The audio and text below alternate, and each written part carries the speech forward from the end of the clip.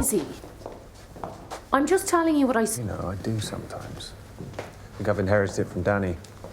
How it...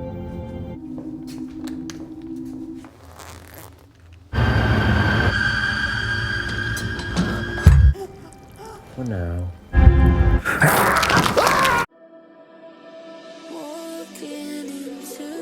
So, our story begins with Claire arriving at this old, creaky house, the kind just oozes with history. The paint's peeling off the walls, the windows are covered in dust, and the whole place feels like it's holding on to secret. Claire's not just any visitor, though. She's a psychic medium, and she's here on a mission to find out what really happened to her sister, who was murdered in this very house. Claire steps inside, and immediately she feels it, this heavy, oppressive atmosphere. It's like the house itself is alive, watching her, waiting. She tries to steady her nerves, but it's tough. The place is dead silent, except for the occasional creak of the floorboards under her feet. Every room she enters feels colder than the last, like the warmth has been sucked out, leaving nothing but this chilling void. As she moves through the house, she starts picking up on these strange vibes. You know, like she's not alone. There's something here, something watching her from the shadows.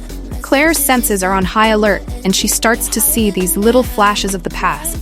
They're not clear, more like glimpses. Her sister laughing, then suddenly fear in her eyes. But just as quickly as they appear, they're gone, leaving Claire more on edge than ever. She finally reaches the room where her sister was found. This is where everything went down, and you can feel it in the air. The walls seem to close in on her as she steps inside, her heart pounding in her chest. Claire knows this is it. This is where she'll find the answers she's been looking for. And then it happens. Claire's powers kick in, and she's thrown into a vision, more intense than anything she's ever experienced. It's like she's there, in the moment, watching everything unfold. She sees her sister, alive and well, but there's this sense of dread hanging over her. Claire tries to call out, warn her, but she can't. She's just an observer, powerless to change what's about to happen. Her sister is in the room, and then out of nowhere, a figure appears. Someone she knows, someone she trusts. But there's something off, something dark and twisted. The figure approaches her sister, and there's this moment of realization in her sister's eyes. She knows what's about to happen, but it's too late. Figure strikes, and the last thing Claire sees before the vision fades is her sister's lifeless body on the floor, the light in her eyes extinguished. Claire snaps back to reality, gasping for air. She's drenched in sweat, heart racing. The vision was so real, so vivid that for a moment she forgot where she was. But now, she's more determined than ever to find out who did this and why. As she catches her breath, Claire starts to notice things she didn't see before. Small, subtle clues that were hidden in plain sight. A smudge of blood on the wall, a piece of jewelry her sister always wore, now lying forgotten under the bed. It's like the house itself is helping her, guiding her toward the truth. But it's not just the supernatural she has to worry about. There's someone else in the town. Someone who doesn't want her digging into the past. It starts small, an eerie feeling of being watched, whispers in the dark when no one's around. But then it escalates. One night, Claire finds a note slipped under her door, the ink smeared as if written in haste. It reads, "Leave now, or you'll end up like her." Hey there, fellow. I hope you're enjoying this video so far. I wanted to take a quick moment to ask you what you think of this video so far. If you're liking it, be sure to give it a thumbs up. And if you haven't already subscribed to my channel, now's the perfect time to do it. By subscribing, you'll stay up to date on all my latest videos and updates, and you'll get to see even more awesome content. So what are you waiting for? Like, subscribe. Thanks for watching. Claire's shaken, but she's not about to back down. This is her sister we're talking about. She digs deeper, and as she does, she starts to piece together a picture that's darker and more twisted than she ever imagined.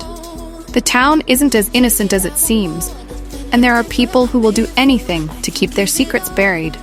One night, Claire's alone in the house, going over what she's found. She's exhausted, but she can't stop now. She's so close to the truth, she can feel it. But then, the temperature drops suddenly, and the hairs on the back of her neck stand up. She's not alone. There's a loud bang from downstairs, and Claire's heart skips a beat. She grabs the nearest object, a heavy, old candlestick, and slowly makes her way to the stairs. The house is silent, but there's this tension in the air, like something's about to snap. As she reaches the bottom of the stairs, she hears it. Footsteps, slow and deliberate, moving through the house. Whoever it is, they're not trying to be quiet. They want her to know they're there. Claire's pulse is racing as she creeps through the dark, her breath coming in short, sharp bursts. She rounds the corner, and there, standing in the middle of the room, is a figure dressed in black. Their face is hidden in the shadows, but Claire can feel the malice radiating off them. This is the person who's been trying to scare her off, the one who's been sending the notes. But Claire isn't scared. She's angry. This person knows what happened to her sister, and she's not leaving until she gets answers. The figure takes a step toward her. Claire grips the candlestick tighter. But before either of them can make a move, there's a sudden gust of wind, and the lights flicker. For a moment, the room is plunged into darkness, and when the lights come back on, the figure is gone, vanished into thin air. Claire's left standing there, her heart pounding, trying to make sense of what just happened. She doesn't have time to dwell on it. She knows now that she's not dealing with just one enemy. There are forces at work here, both human and supernatural, and they're closing in on her. Determined, Claire starts putting the pieces together. Every vision, every clue has led her to this moment.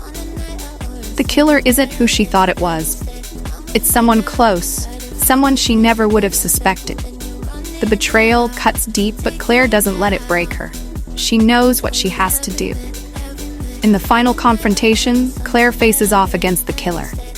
There's this intense showdown where everything she's learned and everything she's fought for comes crashing together. The killer is someone who was supposed to protect her sister, but instead betrayed her in the worst way possible. Claire's abilities allow her to turn the tables, using the killer's own guilt and fear against them. The truth is finally out, and Claire gets the closure she's been searching for. But it comes at a cost. The town is forever changed, and so is Claire. She's not the same person who walked into that house all those days ago. She's seen too much, experienced too much. But she knows one thing for sure. She did right by her sister. And that's all that matters. As Claire walks away from the house for the last time, there's this sense of finality.